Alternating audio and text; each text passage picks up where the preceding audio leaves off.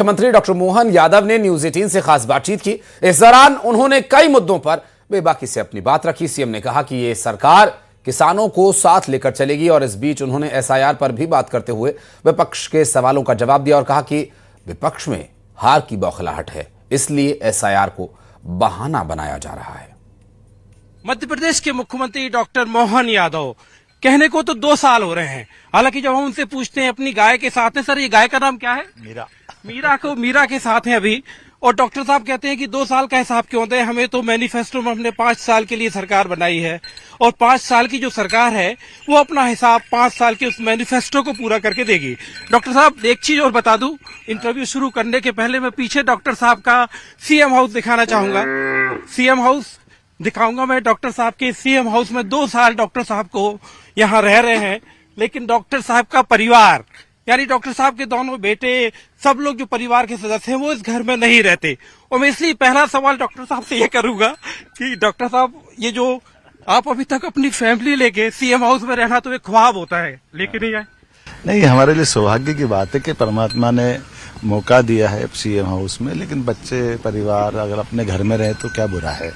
और मैं उसी भाव से महसूस करता हूँ कि बच्चा एक बड़ा है, वो हॉस्टल में रहता है, MBBS का पीजी कर रहा है, तो वो अपनी पीजी करे। हॉस्टल में रहेगा तो ज्यादा अच्छा रहेगा, यहाँ रहेगा तो गड़बड़ हो जाएगी। एक मैसेज भी कुछ देना चाहते हैं?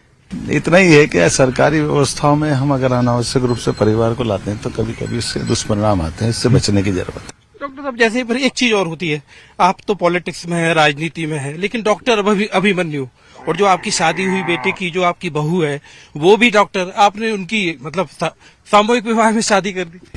देखिए, हम अगर मुख्यमंत्री हो गए, मंत्री हो गए तो कोई बहुत बड़े नहीं हो गए, हम सब सामान्य मनुष्य हैं और चुने गए हैं तो चुनने के बाद कुछ बन गए, तो इसका मतलब अपना। लेकिन अगर सामूहिक विवाह में होता है तो बच्चे के माध्यम से बाकी लोगों को भी संस्कार मिलते हैं कि भाई अनावश्यक खर्चा क्यों करना, अनावश्यक दिखावा क्यों करना, बचने की जरूरत है। और मुझे इस बात का संतोष है कि मैंने अपने बेटे जो सर्जन उससे बात की और वो तैयार हो गया।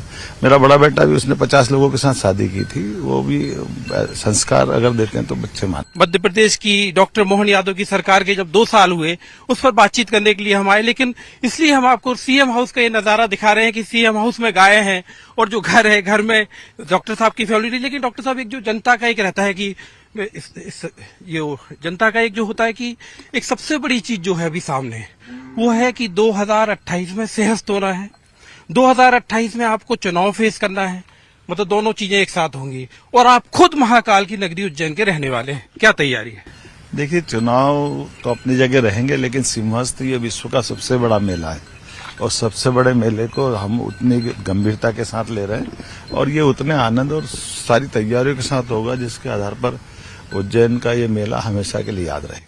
सर एक चीज, जैसे उज्जैन की जब बात हुई तो उज्जैन में मैंने देखा कि आपके विरोधियों ने एक नैरेटिव बनाई और उन्होंने कहा कि लैंड पुलिंग को लेके, क्या मतलब उसमें अल्टीमेटली किसानों को लेके डॉक्टर मोहन यादव क्या कहेंगे कि आपने जो कुछ भी होगा इंदौर में सिंहस्थ की तैयारी के लिए वो क्या होगा? हमने कहा कि हमारे राज्य के अंदर हम अपने सब किसान भाइयों के भी साथ हैं, व्यवस्थाओं के आधार पर भी, और सरकार जब चलाते हैं तो सरकार के आधार पर हम इन सारी बातों को लेके चलते हैं कि किसी को कष्ट नहीं हो और सबसे बढ़िया व्यवस्था हो जाए। एक सर 3 दशक, ये देखिए अभी ये तो मीरा को खिला रहे हैं ना सर, हम क्या बात है, ये देखिए रोटी और गुड़ मीरा को खिलाते हुए मध्य प्रदेश के मुख्यमंत्री।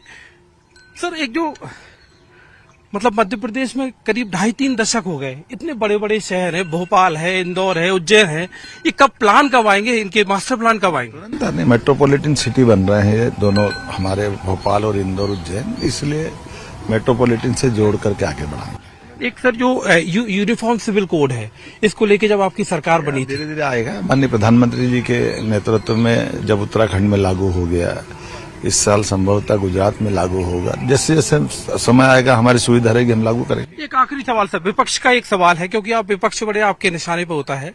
एसआईआर की प्रक्रिया पूरे देश में चल रही है, कई राज्यों में चल रही है और विपक्ष कह रहा है कि आपको चुन चुन के नाम हटाना इसलिए चल रहा है। आप मध्य प्रदेश में क्या कहेंगे कि एसआईआर चुन चुन के नाम हटवा रहे हैं क्या? नहीं, गृह मंत्री जी ने जवाब सही दिया है। एसआईआर तो बहाना उनके नेतृत्व की असफलता को वो बचाने के लिए कर रहे हैं। लगातार 2014 के बाद जब से हारने का सिलसिला उनने चालू किया है, वो इस तरह के बहाने बना करके अपने आप को बचाना चाहते हैं। विपक्ष एसआईआर के नाम पे बहाने बनाकर अपने आप को बचाना चाहता है। आपको बहुत बहुत बधाई, 2 साल पूरे होने की बधाई। और अब बढ़ते आगे, दिखाते हैं आपको फटाफट अंदाज में खबरें। सागर में बीच चौराहे पर बदमाशों का भारी उत्पात।